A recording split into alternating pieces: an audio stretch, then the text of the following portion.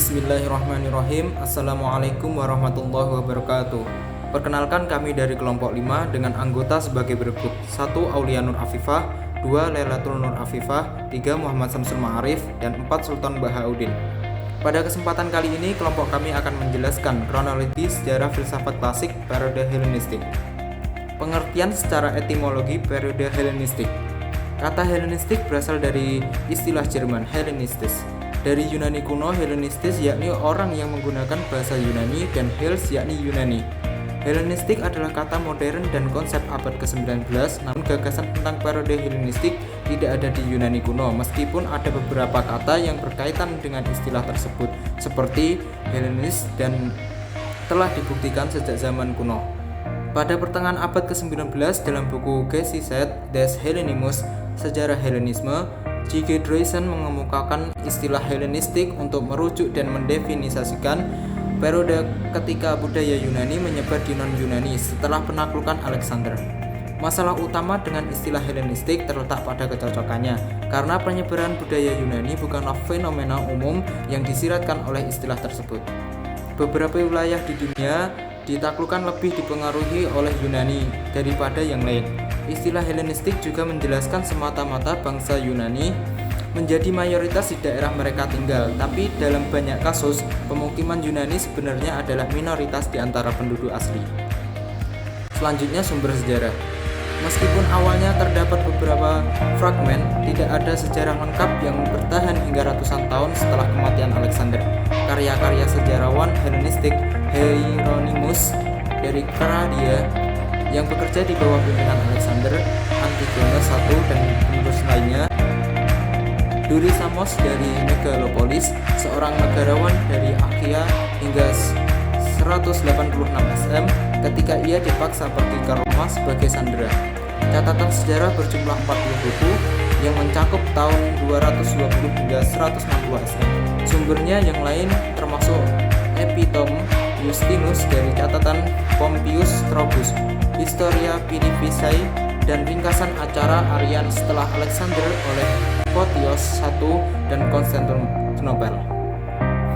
Sumber tambahan yang lebih sedikit termasuk Cartius Rapurs, Pausanias, Pliny, dan Ensiklopedia Byzantius sudah dalam bidang filsafat, kehidupan, dan pendapat dari para filsuf tersohor milik Diogenes Laertius merupakan sumber sejarah utamanya. Karya-karya seperti De Natura Dorma dari Cicero juga memberikan beberapa perincian lebih lanjut tentang sekolah-sekolah filsafat pada masa Helenistik. Selanjutnya, latar belakang. Yunani kuno secara umum merupakan kumpulan-kumpulan negara, kota yang sangat merdeka. Setelah peperangan Peloponnesus, Yunani telah jatuh di bawah hegemoni Sparta, yang mana Sparta lebih unggul tetapi tidak seluruhnya kuat. Hegemoni Sparta digantikan oleh hegemoni Tiva setelah pertempuran Leuctra. Tetapi setelah pertempuran Mantinea, seluruh Yunani melemah sehingga tidak ada satu negara pun yang bisa mengklaim kemenangannya. Dengan latar belakang inilah kekuasaan Makedonia bermula di bawah Raja Philippus II. Makedonia terletak di pinggiran wilayah Yunani. Meskipun keluarga kerajaan mengklaim keturunan Yunani, Makedonia sendiri dipandang remeh sebagai semi-barbar oleh orang Yunani lainnya. Namun, Makedonia memiliki pemerintahan yang relatif kuat dan terpusat dibandingkan dengan sebagian besar negara-negara Yunani, secara langsung mengendalikan wilayah luas.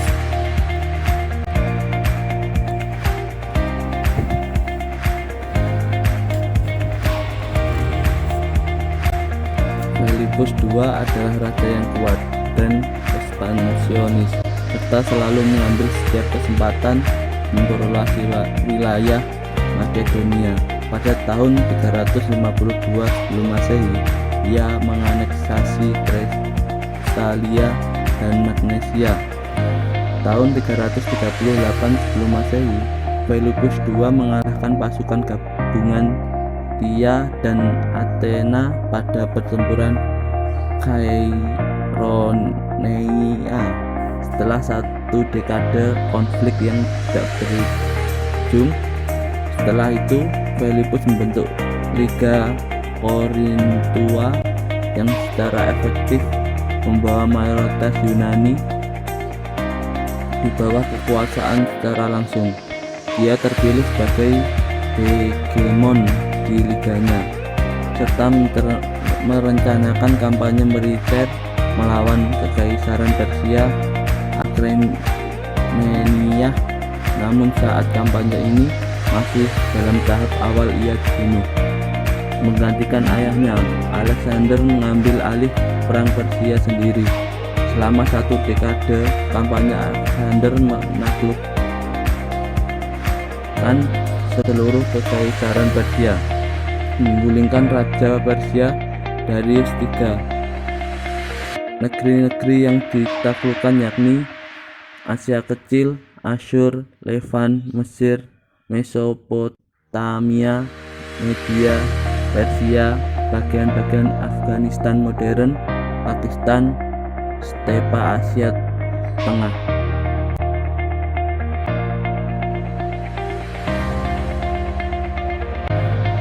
Kampanye militer yang dilakukan terus-menerus telah membuahkan hasil. Namun Alexander meninggal pada tahun 323 sebelum Masehi. Setelah kematiannya, wilayah-wilayah besar yang ditaklukkan Alexander menjadi sasaran pengaruh Yunani yang kuat. Helenisasi selama 2 atau 3 abad berikutnya sampai kebangkitan Roma di barat dan Partai di timur.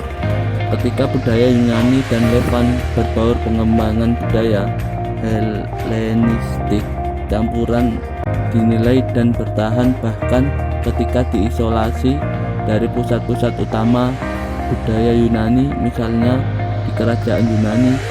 Bakteria dapat dikatakan bahwa beberapa perubahan di Kekaisaran Makedonia setelah penaklukan Alexander dan selama pemerintahan Diadochoi bisa terjadi tanpa pengaruh pemerintahan Yunani. Seperti yang disebutkan oleh Peter Green, banyak faktor penaklukan telah digabungkan pada istilah periode Helenistik. Daerah-daerah tertentu yang ditaklukkan oleh pasukan penyerang Alexander termasuk wilayah Asia Kecil dan Mesopotamia jatuh dengan sukarela untuk ditaklukkan dan memandang Alexander lebih sebagai pembebas daripada penakluk. Pemerintahan Diadochoi.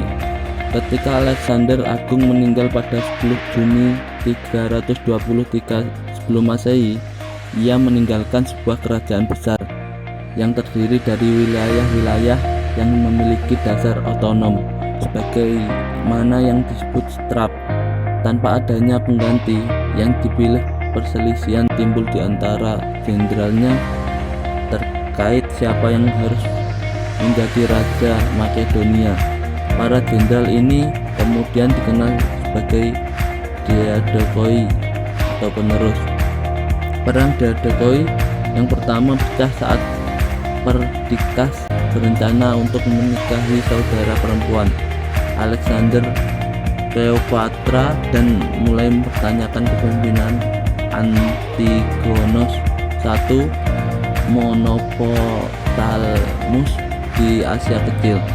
Antigonos melarikan diri ke Yunani dan kemudian bersama-sama dengan Antipatros dan Kreteros satrap Kilikia yang berada di Yunani berperang pada perang Lamian, menyerbu Anatolia.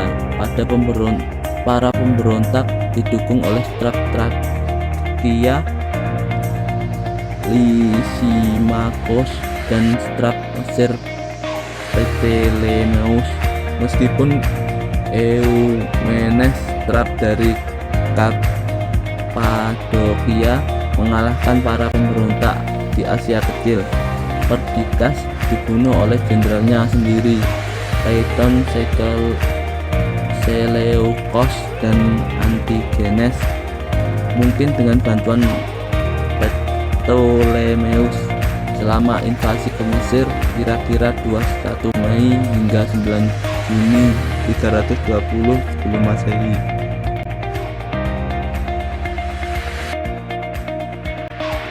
Perang Theodokoi kedua dimulai setelah kematian Antipatros pada tahun 319 sebelum Masehi. Mengabaikan putranya sendiri, Kasadros Antipatros telah menyatakan Peloponnes sebagai pengganti bupati. Kasandros bangkit memberontak melawan Peloponnes yang bergabung dengan Eumenes yang didukung oleh Antigonos, Lysimachos, dan Ptolemeus. Tahun 317 sebelum Masehi, Kasandros menyerbu Makedonia, mendapatkan kendali atas Makedonia, menjatuhkan hukuman mati kepada Olimpias, dan menangkap Raja Muda Alexander IV dan ibunya. Di Asia, Eumenes dikhianati oleh pasukannya setelah bertahun-tahun melakukan kampanye militernya dan diserahkan kepada Antigonos yang telah membuatnya dieksekusi. Perang Theodokoi ketiga. Perang ini terjadi karena meningkatnya kekuatan dan ambisi Antigonos. Dia mulai melepas dan menetapkan Strab seolah-olah dia adalah rajanya, dan juga merampok harta kerajaan di Ekbatana,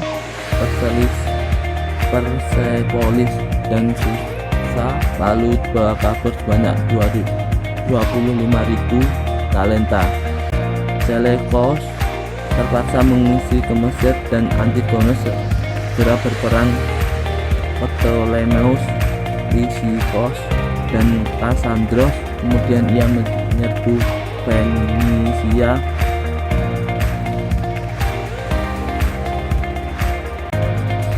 mengepung Tirus dan menyerbu Gaza dan mulai membangun armada. Ptolemeus menyerbu Suria dan mengalahkan putra Antigonos, Demetrius Politekes, dan pertempuran Gaza tahun 312 sebelum Masehi yang memungkinkan Seleucus untuk mengamankan kendali di Babel dan Strab Timur.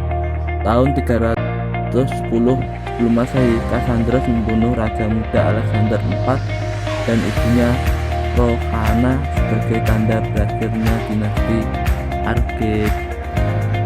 Argeadai yang telah memerintah Makedonia selama beberapa abad. Proses transformasi peradaban Helenistik, instabilitas politik, dan menyusul keruntuhan Yunani ditandai dengan terjadinya Perang Peloponnesia tahun 431 sampai 403, sehingga berakibat jatuhnya polis Sparta pada tahun 371.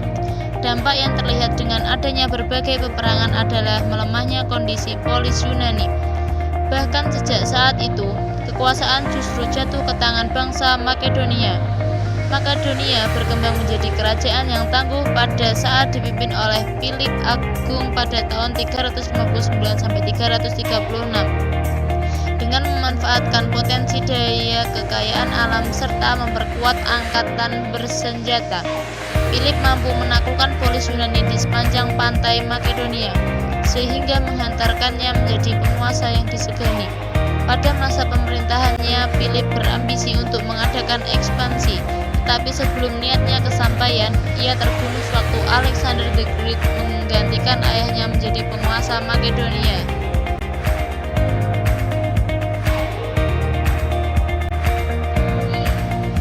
Alexander the Great dalam kapasitasnya sebagai penguasa ingin menciptakan tata kehidupan masyarakat yang dibentuk berdasarkan perpaduan harmonis antara peradaban Yunani dan peradaban setempat, sehingga pada masa itu muncul semboyan seperti Greco-Persia, Greco-Asia, dan Greco-Romawi. Demikian membawa implikasi bahwa sekalipun negara yang ditaklukkan tersebut mengalami kemerdekaan, namun peradaban Yunani masih tetap survive.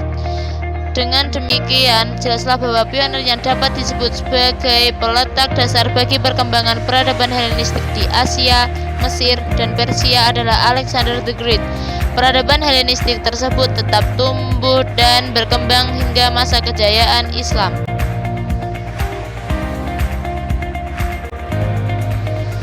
Perkembangan peradaban Helenistik dalam bidang politik, Walaupun negara-negara Helenistik mencapai berbagai kemajuan, namun sistem pemerintahan yang telah berlaku sebelum ditaklukkan oleh Alexander the Great, sistem monarki absolut, tetap dominan. Dalam bidang industri dan perdagangan, dalam bidang politik, kedatangan imigran Yunani ke negara-negara Helenistik juga memicu persoalan baru. Mereka secara politis terlibat tarik-menarik kepentingan di antara mereka.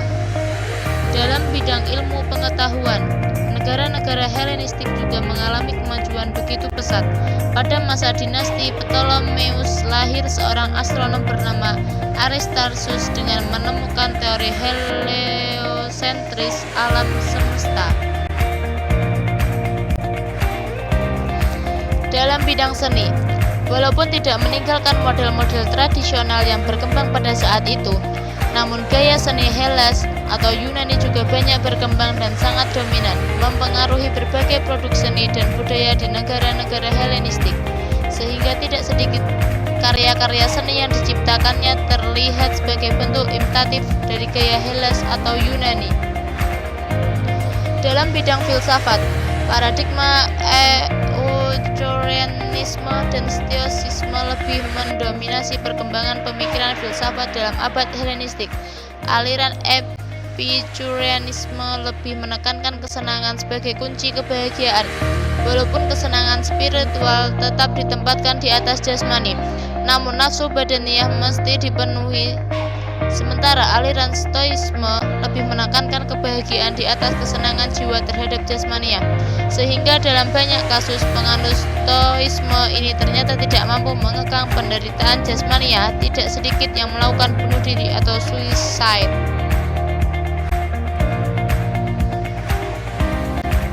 Tokoh filsafat Helenistik filsafat Epicurisme,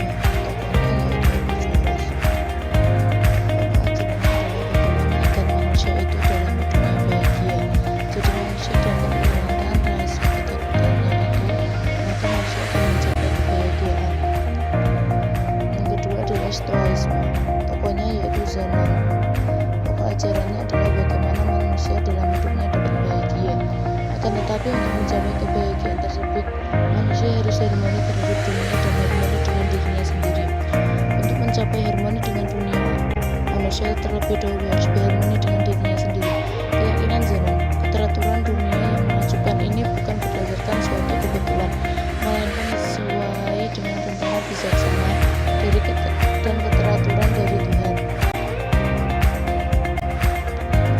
Yang ketiga adalah skeptisisme. Tokohnya adalah Plato. Pokok ajarannya adalah memiliki ajaran pokok yang tidak berbeda dengan aliran Epikurisme dan Stoicisme, yaitu bagaimana cara manusia agar dapat hidup berbahagia.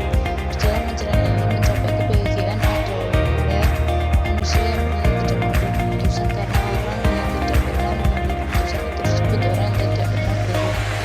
Dengan demikian, bijaksana adalah orang yang selalu ragu-ragu. Dengan ragu-ragu itu tidak akan pernah keliru. Akhirnya, orang tersebut dikatakan sebagai orang yang tidak pernah mengambil keputusan dan orang yang tidak pernah mengambil keputusan yang salah. Yang keempat adalah Neoplatonisme. Tokohnya adalah Plotinus dan Ammonius Saccas. Pokok ajarannya adalah asas yang menguasai segala sesuatu adalah sesuatu satu.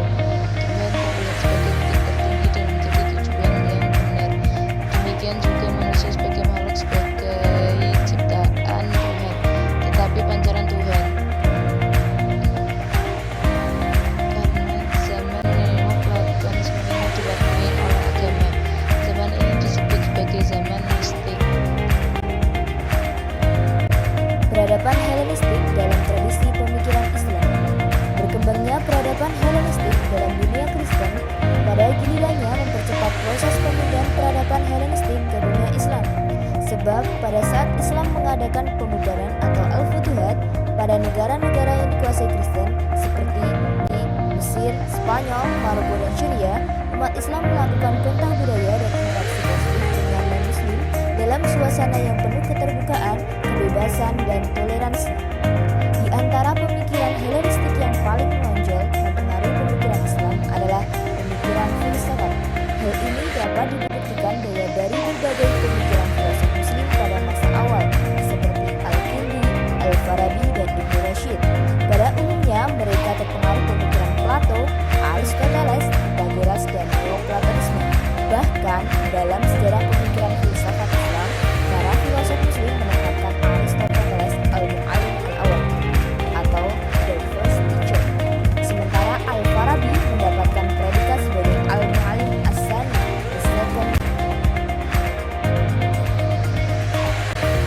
fakta menarik Alexander Agung. Yang pertama, beliau tidak hanya diajarkan ilmu pengetahuan oleh Aristoteles, Alexander pun belajar lewat filsuf populer lainnya. Yang kedua, beliau tidak pernah kalah dalam perang sepanjang 15 tahun penaklukannya. Yang ketiga, dia menamai lebih dari 70 kota dengan namanya. Yang keempat, beliau jatuh cinta pada pandangan yang pertama dengan istrinya yang bernama Roxane. Yang kelima, keharuman badannya pun sangat terkenal. Yang keenam, setelah penaklukan Persia, Alexander pun berdandan seperti mereka.